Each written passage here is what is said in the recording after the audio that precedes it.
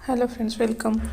ये नेक्स्ट पहले वाले क्लास में हम हड़प्पा पढ़ चुके थे। हड़प्पा, धौलावीरा, लोथल और मोहनजोदड़ो, तो ये पढ़े थे। अभी नेक्स्ट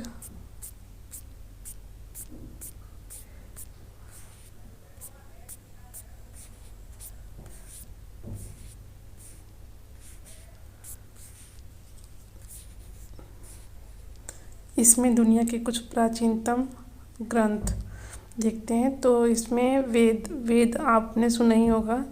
वेद 4 होते हैं: ऋग्वेद, सामवेद, यजुर्वेद और अथर्ववेद। तो सबसे पुराना वेद इसमें ऋग्वेद है, जिसकी रचना लगभग 3500 साल पहले हुई थी।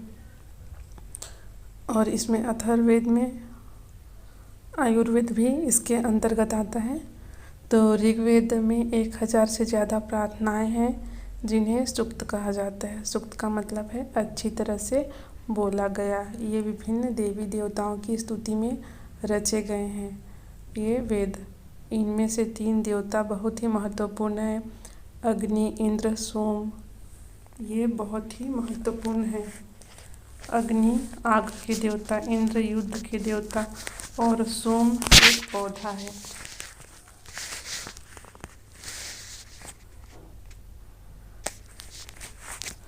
जिससे एक खास पेय बनाया जाता है। वैदिक प्रार्थनाओं की रचना ऋषियों ने की थी। तो ऋषियों के द्वारा वैदिक प्रार्थनाओं की रचना की गई। अधिकांश सूक्त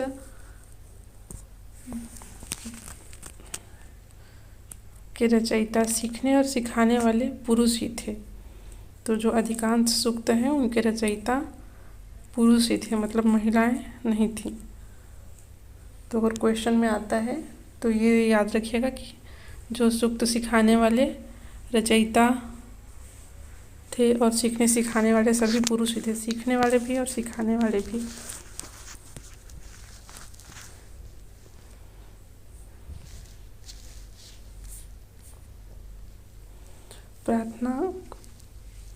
प्रार्थना की रचना कुछ महिलाओं ने की है।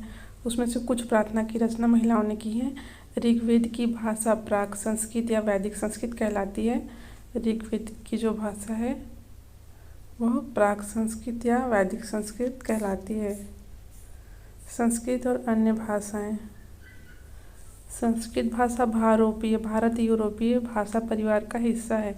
तो अगर संस्कृत भाषा को देखें हम तो भारत यूरोपीय भाषा परिवार का हिस्सा है। भारत की कई भाषाएं असमिया, गुजराती, हिंदी, कश्मीरी और सिंधी एशियाई भाषाएं जैसे फारसी तथा यूरोप की बहुत सी भाषाएं जैसे अंग्रेजी, फ्रांसीसी, जर्मनी, यूनानी, मतालवी, स्पेनिश आदि इसी परिवार से जुड़ी हुई हैं। तो ये भी इसी परिवार से जुड़ी हुई भाषाएं हैं। उन्हें एक भाषा परिवार इसलिए कहा जाता है क्योंकि आरंभ में उनमें कई शब्द एक जैसे थे। जब ये प्रारंभ हुआ है भाषा तो आरंभ में इसके कई शब्द एक जैसे ही थे। उदाहरण के लिए मात्रे। अगर संस्कृत में हम मातृ बोलते हैं, जैसे कि मातृ मतलब माँ, हिंदी में माँ बोलते हैं, और अंग्रेजी में मदर।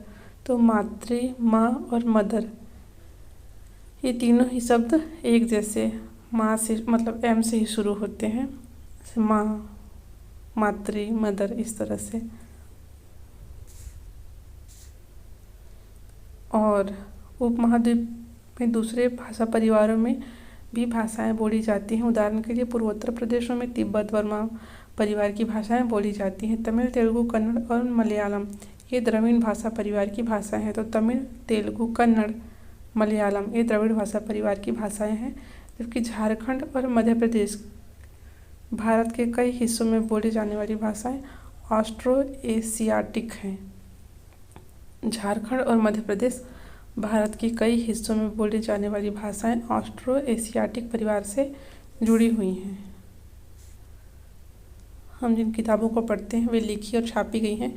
अभी जो किताब हम पढ़ते हैं वो पहले लिखा गया है, छापा गया है इस तरह से। लेकिन जो ऋग्वेद था उसका उच्चारण किया जाता था और उसका श्रवण किया जाता था, न कि पढ़ा जाता था। तो ऋग्वेद है उसका उच्चारण करते थे और उसको सुनते थे। इसको पढ़ा नहीं जाता था। रचना के कई सदियों बाद इसे पहली बार लिखा गया। इसे छापने का काम तो मुश्किल से 200 साल पहले हुआ। ऋग्वेद का अध्ययन, क्योंकि उसे बस उच्चारण किया जाता था और सुना जाता था, तो इसका अध्ययन भौतिक अवशेषों के अलावा वे लिखित स्रोतों का भी उपयोग करते हैं। ऋग्वेद के कुछ सूक्त वार्तालाप के रूप में हैं। विश्वामित्र नामक ऋषि और देवियों के रूप में पूजित 2 नदियों व्यास और सतलुज के बीच यह संवाद एक ऐसे ही सूक्त का अंश है। ऋग्वेद की पांडुलिपि का एक पन्ना। पहले ऋग्वेद को उच्चारण किया जाता था और सुना जाता था। जब बाद में उसको लिखा गया तो ऋग्वेद की जो पांडुलिपि है उसका एक पन्ना। तो पांडुलिपि भूर्जपत्र पर ही लिखी जाती थी। तो भूर्ज वृक्ष की छाल पर लिखी यह पांडुलिपि कश्मीर में पाई गई थी। लगभग 150 वर्ष पहले ऋग्वेद को सबसे पहली बार छापने के लिए इसका उपयोग किया गया था। इसी पांडुलिपि को देखकर अंग्रेजी अनुवाद तैयार हुआ। इसी पांडुलिपि को देखा गया और इससे अंग्रेजी अनुवाद तैयार हुआ। यह पांडुलिपि पुणे के महाराष्ट्र के एक पुस्तकालय में सुरक्षित रखा गया है। तो यह अभी भी सुरक्षित है महाराष्ट्र में, पुणे में, वहाँ के एक पुस्तकालय में। ये विश्वामित्र और जो नदियाँ थी व्यास और सतलुज, उनके बीच जो बातें हुई थी वो इसमें लिखा गया है।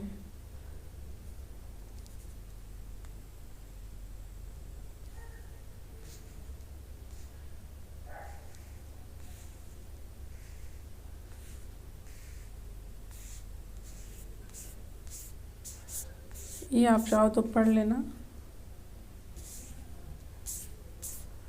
देखते हैं आगे। मवेशी, घोड़े और रथ। ऋग्वेद में मवेशियों, बच्चों, खासकर पुत्रों और घोड़ों की प्राप्ति के लिए अनेक प्रार्थनाएं हैं। घोड़ों की लड़ाई में रथ खींचने के काम में लाया जाता था। जो घोड़े हैं उनको लड़ाई में रथ खींचने के काम में लाया जाता था। इन लड़ाइयों में मवेशी जीत कर लाते थे। लड़ाइयाँ वैसे ज़मीन के लिए भी लड़ी जाती थीं जहाँ अच्छी चारागाह हों या जहाँ पर जौ जैसी जल्दी तैयार होने वाली फसलों को उपजाया जा सकता हो। कुछ लड़ाइयाँ पानी के स्रोतों और लोगों को बंदी बनाने के लिए भी लड़ी जाती थीं। तो वहाँ पर जो लड़ाइयाँ लड़ी जाती थीं वो चारागाह के लिए, ज़मीन के लिए या फिर पानी के स्रोत जो थे पानी के लिए लड़ी जाती थी और लोगों को बंदी बनाने के लिए भी लड़ी जाती थी। युद्ध में जीते गए धन का कुछ भाग सरदार रख लेते थे तथा कुछ हिस्सा पुरोहित को दिया जाता था। शेष धन आम लोगों में बांट दिया जाता था। कुछ धन यज्ञ करने के लिए भी प्रयुक्त होता था। यज्ञ की आग में आहुति दी जाती थी।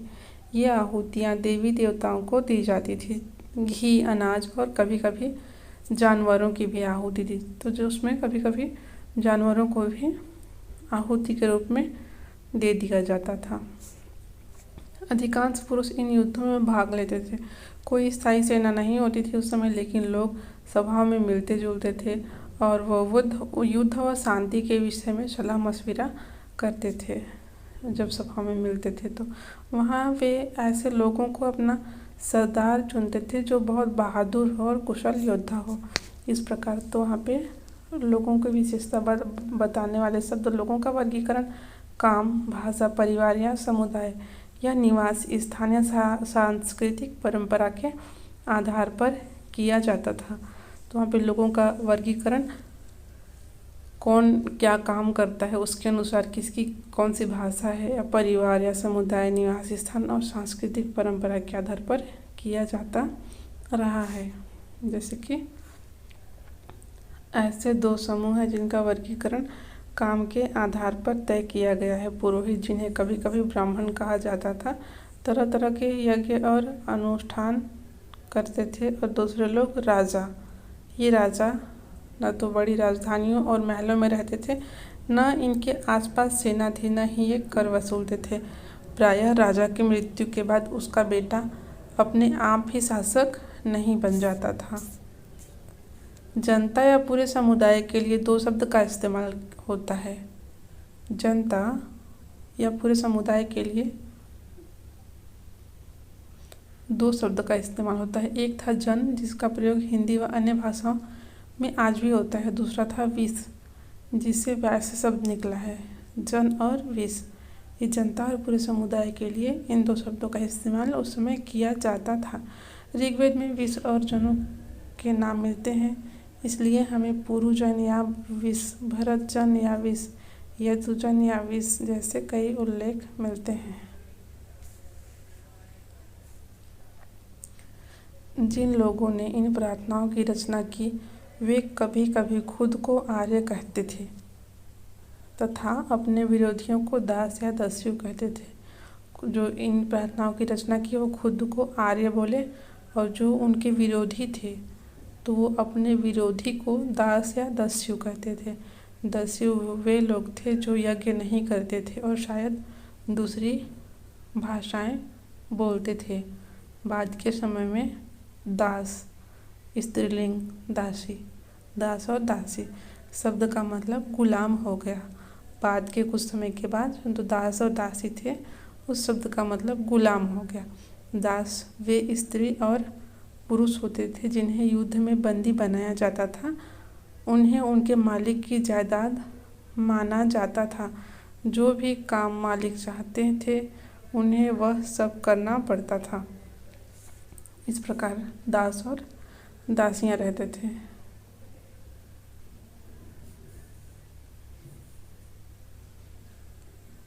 ये देखते हैं, ये शिलाखंड महापाषाणों की कहानी। ये शिलाखंड महापाषाण, महा मतलब बड़ा, पाषाण मतलब पत्थर नाम से जाने जाते हैं। ये पत्थर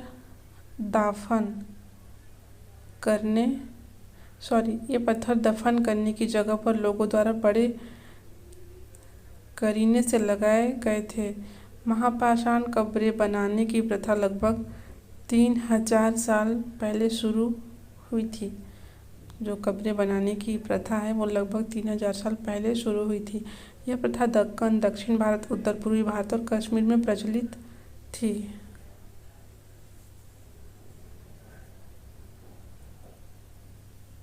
यहाँ पे बोला गया है कुछ महापाषाण जमीन के ऊपर ही दिख जाते हैं, कुछ महापाषाण जमीन के भीतर भी होते हैं।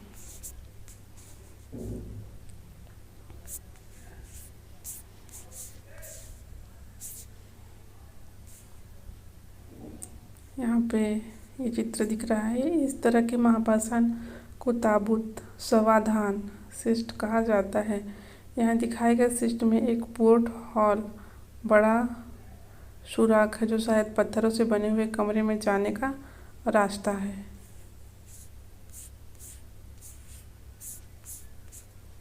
कई बार पुरातत्वविदों को गोलाकार सजाए हुए पत्थर मिलते हैं, कई बार अकेला खड़ा हुआ पत्थर मिलता है। ये ही एकमात्र प्रमाण है जो जमीन के नीचे कब्रों को दर्शाता है। तो इस तरह के जो पत्थर मिलते हैं वही जमीन के नीचे कब्रों को दर्शाते हैं। इन सब कब्रों में कुछ समानताएं हैं। सामान्यतः मृतकों को खास किस्म के मिट्टी के बर्तनों के साथ दफनाया जाता था, जिन्हें काले लाल मिट्टी के बर्तनों, ब्लैक एंड रेड वेयर के नाम से जाना जाता है। इनके साथ ही मिले हैं लोहे के औजार और हथियार, घोड़ों के कंकाल और सामान तथा पत्थर और सोने के गहने।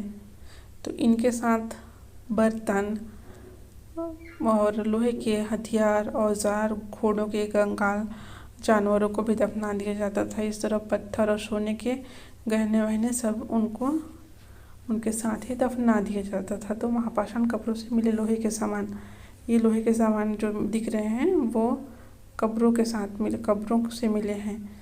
बाईं ओर जो दिख रहा है वो घोड़े के लिए सामान है और नीचे बाईं ओर कुल्हाड़ियाँ हैं, और ये जो दिख रही है चाकू की तरह ये एक कटार है।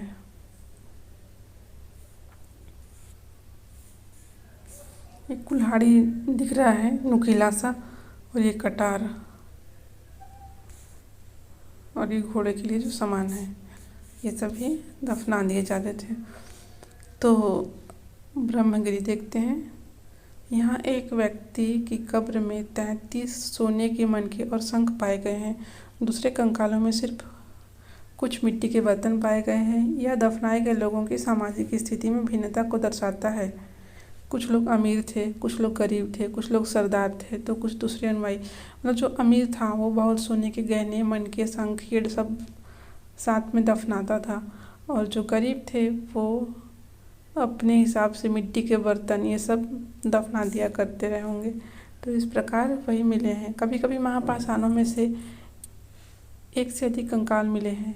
वे यह दर्शाते हैं कि शायद एक ही परिवार के लोगों को एक ही स्थान पर अलग अलग समय में दफनाया गया रहा होगा। बाद में मरने वाले लोगों को पोर्ट होल के रास्ते कब्रों में लाकर दफनाया जाता था। ऐसे स्थान गोलाकार लगाए गए पत्थर या चट्टान चिन्हों का काम करते थे, जहाँ लोग आवश्यकता अनुसार शवों को दफनाने दोबारा आ सकते थे। तो ऐसे बनाए जाते थे वो कि वो उस स्थान पर शवों को दफनाने दोबारा आ सकते थे। यहाँ पे हम देखते हैं एक इनाम गांव। तो यह भीमा की सहायक नदी घोड़ के किनारे एक जगह है। इस जगह पर 3600 से 2700 साल पहले लोग रहते थे। यहाँ वयस्क लोगों को प्रायः गड्ढे में सीधा लिटा कर दफनाया जाता था। उनका सिर उत्तर की ओर होता था। कई बार उन्हें घर के अंदर ही दफनाया जाता था। तो उस समय ही सिर को उत्तर की ओर किया जाता था, जो अभी तक चल रहा है। उसके पीछे साइंटिफिक रीज़न है। ऐसे बर्तन जिनमें ज़्यादा खाना और पानी हो दफनाए गए शव के पास रख दिए जाते थे। तो इसमें बहुत सारा खाना हो, पानी हो, सब शव के पास रख दिए जाते थे बर्तनों में भर भर के।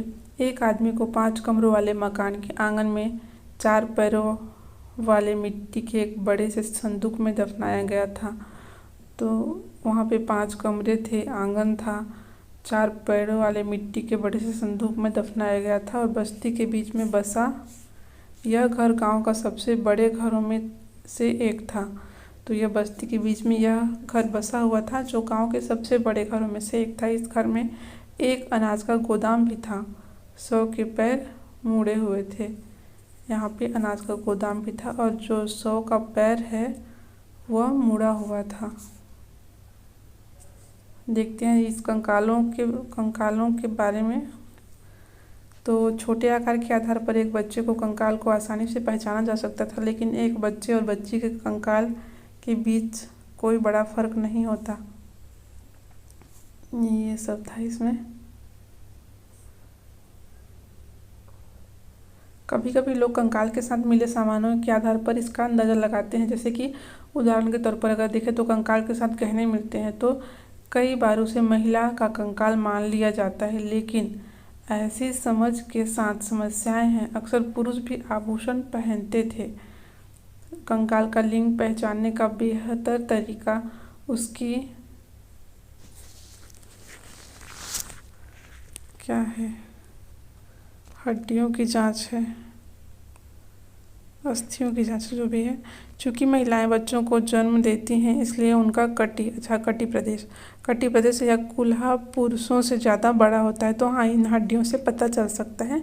ये समझ कंकाल की आधुनिक अध्ययन पर आधारित है। आज से लगभग 2000 साल पहले चरक नामक प्रसिद्ध वैद्य हुए थे। उन्होंने चिकित्सा शास्त्र पर चरक संहिता की किताब लिखी। वे कहते हैं कि मनुष्य के शरीर में 360 हड्डियां होती हैं। यह आधुनिक शरीर रचना विज्ञान की 206 हड्डियों से काफ़ी ज़्यादा है। संभवतः चरक ने अपनी गिनती में दांत, अस्थियों को जोड़कर और कार्टिलेज को जोड़कर यह संख्या बताई थी।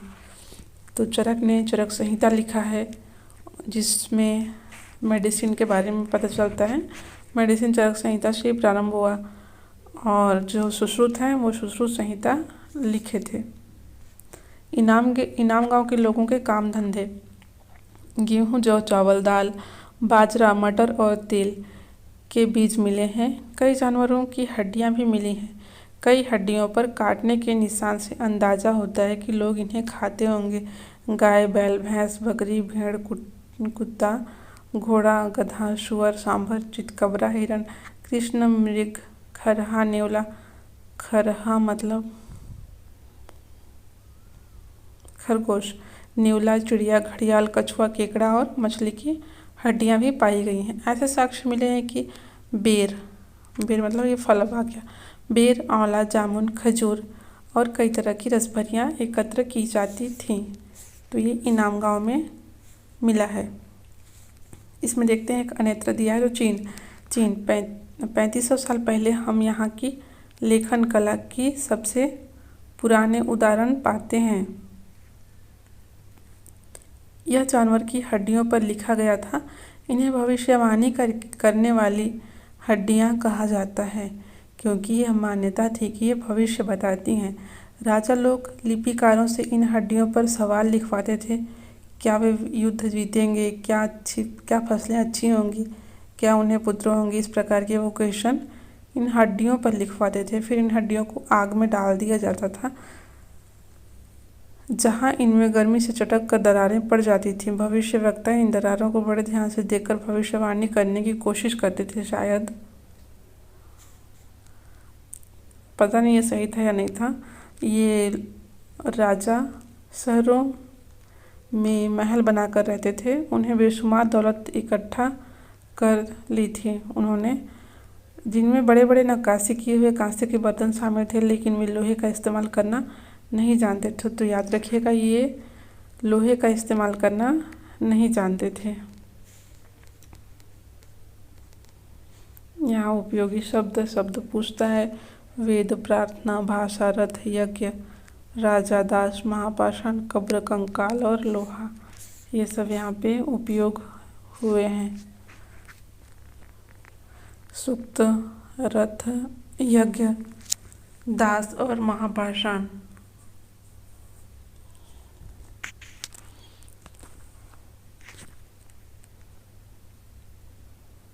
तो यहाँ पे इसको सुमेलित करना है।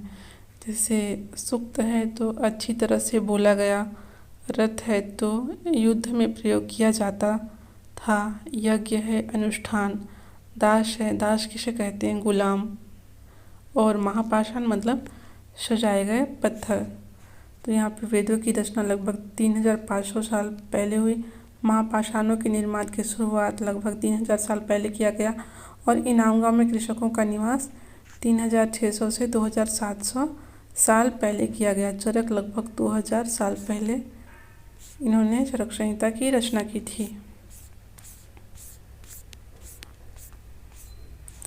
नेक्स्ट चैप्टर है राज्य, राजा और एक प्राचीन गणराज्य। तो यहाँ पे देखते हैं, लगभग 50 वर्षों से हम अपने शासकों का चुनाव मतदान के जरिए करते आ रहे हैं। कुछ राजा संभवतः जन यानी लोगों के द्वारा चुने जाते थे। प्राचीन काल में जो कुछ राजा हैं वो संभवतः जन यानी लोगों के द्वारा चुने जाते थे, परंतु करीब 3000 साल पहले राजा बनने की इस प्रक्रिया में कुछ परिवर्तन दिखाई दिए। कुछ लोग बड़े बड़े यज्ञों को आयोजित कर राजा के रूप में प्रतिष्ठित हो गए। हम लोग कुछ ज़्यादा टाइम वेस्ट नहीं करते हुए जल्दी जल्दी पढ़ना है, इसलिए मैं अलग से कुछ भी नहीं बोल रही हूँ। इसमें जो NCERT है उसको बिना एडिट किए उसके वर्ड टू वर्ड हम पढ़ ले रहे हैं। और अश्वमेध यज्ञ एक ऐसा ही आयोजन था। अश्वमेध यज्ञ पूछता है तो अश्वमेध यज्ञ है एक ऐसा ही आयोजन था। इसमें क्या होता है, इसमें एक घोड़े को राजा के लोगों की देखरेख में स्वतंत्र विचरण के लिए छोड़ दिया जाता है और इस घोड़े को किसी दूसरे राजा ने रोका तो उसे वहाँ अश्वमेध यज्ञ करने वाले राजा से लड़ाई करनी पड़ती थी। तो उन राजाओं के बीच में युद्ध होता था और अगर उन्होंने घोड़े को जाने दिया तो इसका मतलब यह होता था कि अश्वमेध यज्ञ करने वाला राजा उनसे ज़्यादा शक्तिशाली था। जिसने घोड़ा छोड़ा है वह राजा ज़्यादा शक्तिशाली है, ऐसा मान लिया जाता था। इसके बाद उन राजाओं को यज्ञ में आमंत्रित किया जाता था। यह यज्ञ विशिष्ट पुरोहितों द्वारा संपन्न किया जाता था। इसके लिए उन्हें उपहारों से सम्मानित किया जाता था। अश्वमेध यज्ञ करने वाले राजा को बहुत शक्तिशाली माना जाता था। यज्ञ में आमंत्रित सभी राजा उसके लिए उपहार लाते थे और युद्ध क्षेत्र में राजा का सारथी ही उसका सहचर होता था। जो राजा होते हैं उनका मुख्य स्थान होता ही है, उनको राजसी आसन पर बैठाते हैं, लेकिन युद्ध क्षेत्र में राजा का सारथी उसका सबसे अच्छा सहचर होता है। यज्ञ के अवसर पर वह राजा की विजयों तथा अन्य गुणों का गान करता था। राजा के सगे संबंधी, खासकर उनकी रानियों तथा पुत्रों को भी कई छोटे छोटे अनुष्ठान करने होते थे। को अन्य सारे आमंत्रित राजाओं का काम सिर्फ बैठकर यज्ञ की पूरी प्रक्रिया को देखना, इतना ही काम था उनका। राजा के ऊपर पुरोहित पवित्र जल छिड़काव के साथ साथ कई अनुष्ठान करता था। विष या वैश्य जैसे सामान्य लोग उपहार लाते थे, लेकिन यहाँ पे ध्यान देने योग्य बात यह है कि जिन्हें पुरोहित शूद्र मानते थे, मतलब जो पुरोहित जिन्हें शूद्र बोल दिए या शूद्र मान लिए, उन्हें अनुष्ठान में शामिल नहीं किया जाता था और उन्हें ये सुनने की स्त्रियों को और उन शूद्रों को परमिशन नहीं थी।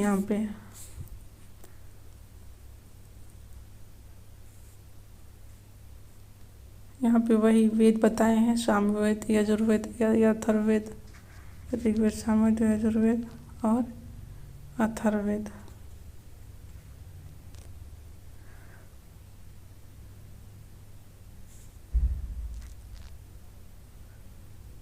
यहाँ पे पुरोहितों ने लोगों को 4 वर्गों में विभाजित किया, जिन्हें वर्ण कहते हैं। उनके अनुसार प्रत्येक वर्ण के अलग अलग कार्य निर्धारित थे। पहला वर्ण ब्राह्मण का था। उनका काम वेदों का अध्ययन, अध्यापन और यज्ञ करना था, जिनके लिए उन्हें उपहार मिलता था।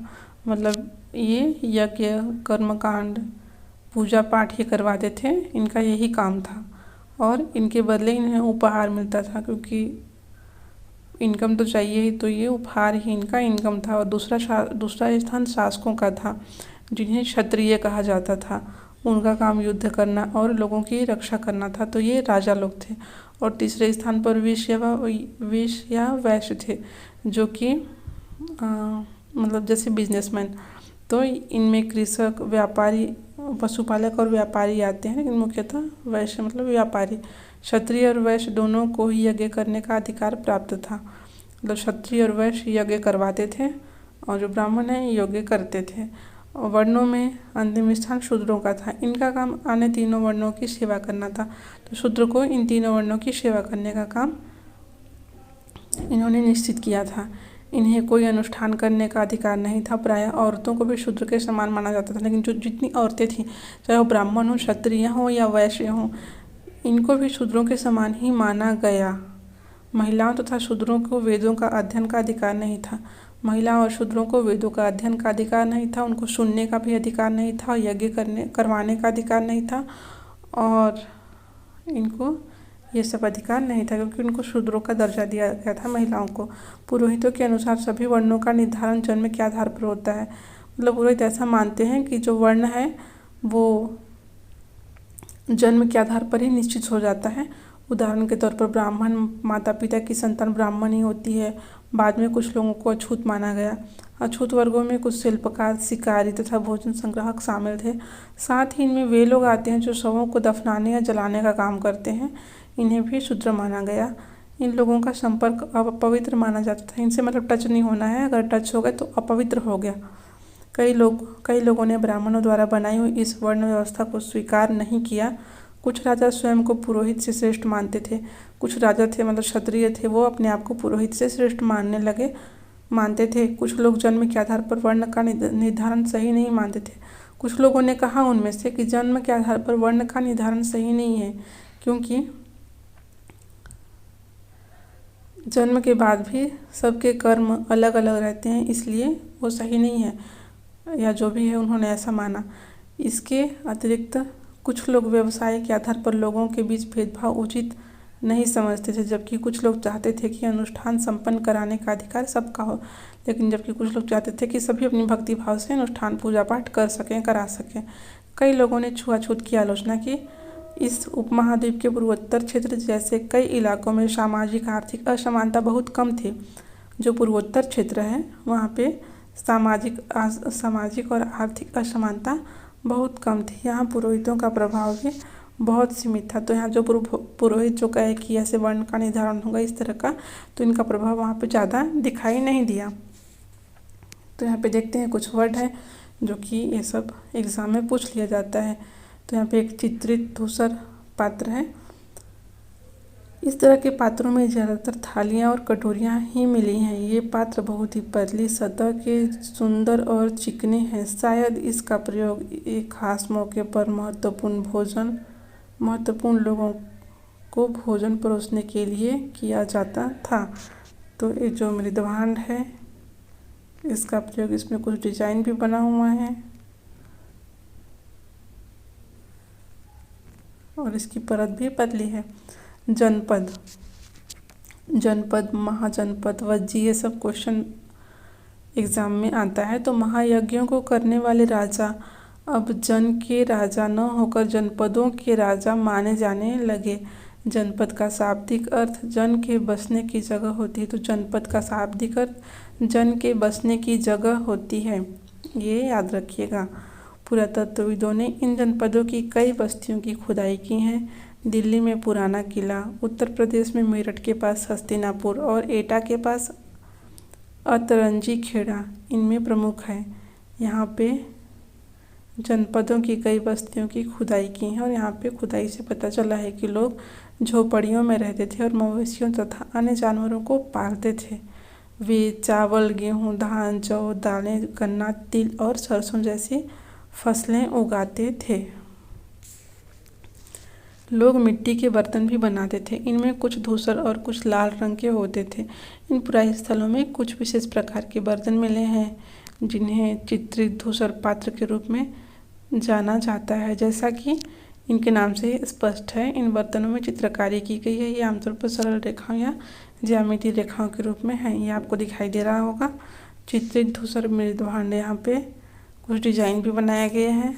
महाजनपद, करीब 2500 साल पहले कुछ जनपद अधिक महत्वपूर्ण हो गए। इन्हें महाजनपद कहा जाने लगा। जो जनपद बहुत ही अधिक महत्वपूर्ण हो गए उन्हें महाजनपद कहा जाने लगा। अधिकतर महाजनपदों की एक राजधानी होती थी। कई राजधानियों में किलेबंदी की गई थी, अर्थात इनके चारों ओर लकड़ी, ईंट या पत्थर की ऊंची दीवारें बनाई गई थी। लोगों ने अन्य राजाओं के आक्रमण से डरकर अपनी सुरक्षा के लिए इन किलों का निर्माण किया।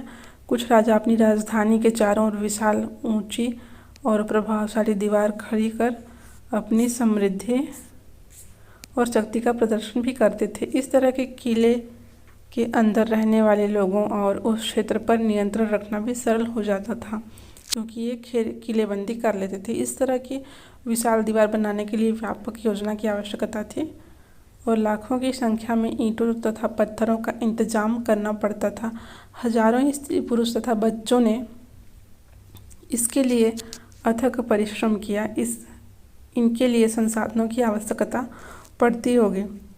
अब राजा सेना रखने लगे थे। सिपाहियों को नियमित वेतन देकर पूरे साल रखा जाता था। कुछ भुगतान संभवतः आहत सिक्कों के रूप में होता था।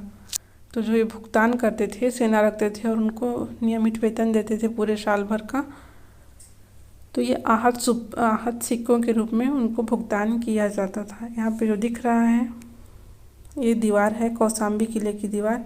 यह चित्र आधुनिक उत्तर प्रदेश के इलाहाबाद के पास मिली ईंट की दीवार का अवशेष है। यह ईंट की दीवार का अवशेष है। इसके एक भाग का निर्माण संभवतः 2500 साल पहले हुआ था। बहुत ही ऊंची दीवार है और इसका अवशेष है कौशाम्बी किले की दीवार। हमने जनपद पढ़ा, महाजनपद का वर्ड जाना। महाजनपदों के राजा विशाल किले बनवाते थे और बड़ी संख्या में सेना रखते थे, इसलिए उन्हें प्रचुर संसाधनों की आवश्यकता होती थी। इसके लिए उन्हें कर्मचारियों की भी आवश्यकता होती थी। अतः महाजनपदों के राजा लोगों द्वारा समय समय पर लाए गए उपहारों पर निर्भर न रहकर नियमित रूप से इन्होंने कर वसूलना शुरू कर दिया। तो जो समय समय पर ये उपहार लाते थे उन पर निर्भर न रहकर लोगों से कर वसूलना शुरू कर दिया। फसलों पर लगाए गए सबसे महत्वपूर्ण थे। फसलों पर जो कर लगाए गए वो सबसे महत्वपूर्ण थे, क्योंकि अधिकांश लोग कृषक ही थे। प्रायः उपज का 1/6वां हिस्सा कर के रूप में निर्धारित किया जाता था, जिसे भाग कहा जाता है। भाग कहा जाता था इसे, जो फसल का 1/6वां हिस्सा लिया जाता था। और कारीगरों के ऊपर भी कर लगाए गए, जो प्रायः श्रम के रूप में चुकाए जाते थे। जैसे कि एक बुनकर लोहार या सुनार को राजा के लिए महीने में 1 दिन काम करना पड़ता था। तो जो लोहार, सुनार या बुनकर है वो महीने में 1 दिन राजा के लिए काम करता था, फ्री ऑफ कॉस्ट ऐसा था। और पशुपालकों को जानवरों या उनके जो उत्पाद थे, उत्पाद के रूप में कर देना पड़ता था। तो वो इस तरह से कर देते थे। और व्यापारियों को सामान खरीदने बेचने पर भी कर देना पड़ता था। टैक्स तो व्यापारियों को आज भी देना पड़ता है। और आखेटकों तथा संग्राहकों को जंगल से प्राप्त वस्तुएं देनी होती थी। इस प्रकार इनसे भिन्न भिन्न लोगों से भिन्न भिन्न प्रकार के कर लिए जाते थे। कृषि में परिवर्तन। तो इस युग में कृषि के क्षेत्र में 2 बड़े परिवर्तन आए। हल के फाल अब लोहे के बनने लगे। यहाँ पे जो हल के फाल है वो लोहे के बनने लगे, जिससे कि ज़मीन के अंदर तक अच्छी से मिट्टी को खोदा जा सकता था।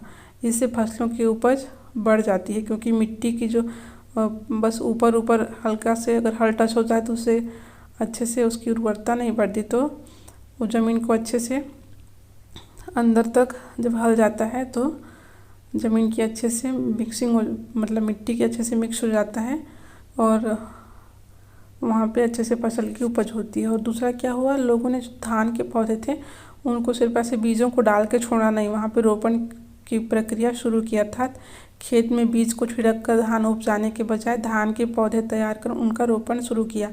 पहले धान बोया गया और धान के पौधों को फिर से उखाड़ा गया और उनको रोपा गया। इस प्रकार इन्होंने शुरू किया।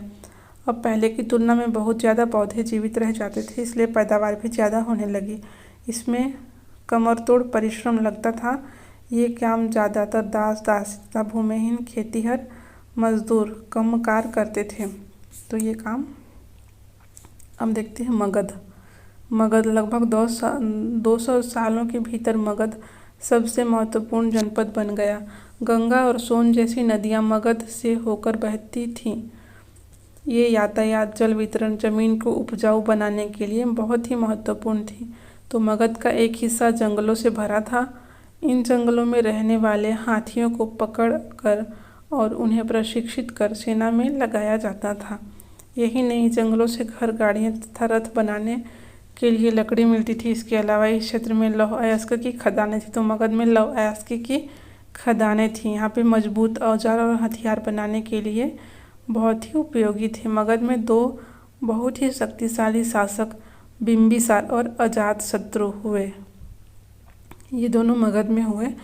अन्य जनपदों को जीतने के लिए ये हर संभव साधन अपनाते थे। महापद्मनंद एक और महत्वपूर्ण शासक थे। उन्होंने अपने नियंत्रण का क्षेत्र इस उपमहाद्वीप के उत्तर पश्चिम भाग तक फैला लिया था। मगध बिहार में है। बिहार में राजगृह, आधुनिक राजगीर, कई सालों तक मगध की राजधानी बनी रही। बाद में पाटलिपुत्र, मतलब आज का पटना, को राजधानी बनाया गया, जो अभी बिहार की राजधानी पटना ही है। तो हमने देखा मगध। अब वज्जी, मगध की एक शक्तिशाली राज्य बन गया था। उसके नज़दीक ही वज्जी राज्य था। तो मगध भी एक शक्तिशाली राज्य था, उसके बगल में ही एक वज्जी राज्य था, जिसकी राजधानी वैशाली, बिहार में ही वैशाली है। तो वज्जी की राजधानी वैशाली थी। यहाँ एक अलग किस्म की शासन व्यवस्था थी, जिसे गण या संघ कहते थे। तो गण या संघ में कई शासक होते थे, जैसे कि बुद्ध तथा महावीर भी दोनों ही गण या संघ से संबंधित थे। तो यहाँ पे अजातशत्रु और वज्जी संघ के बारे में बताया है कुछ।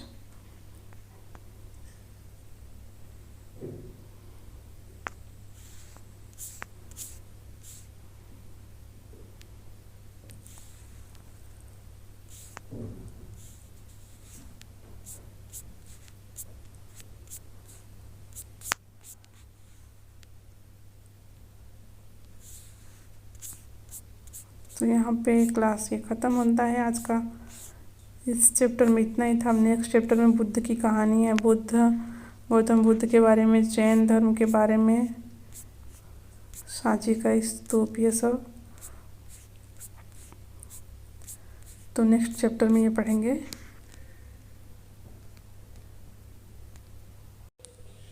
अभी तक अगर आप सब्सक्राइब नहीं किए तो सब्सक्राइब कर दीजिएगा, और अगर पसंद आए तो लाइक, शेयर और कमेंट ज़रूर करिएगा। तो आज के लिए इतना ही। Bye bye.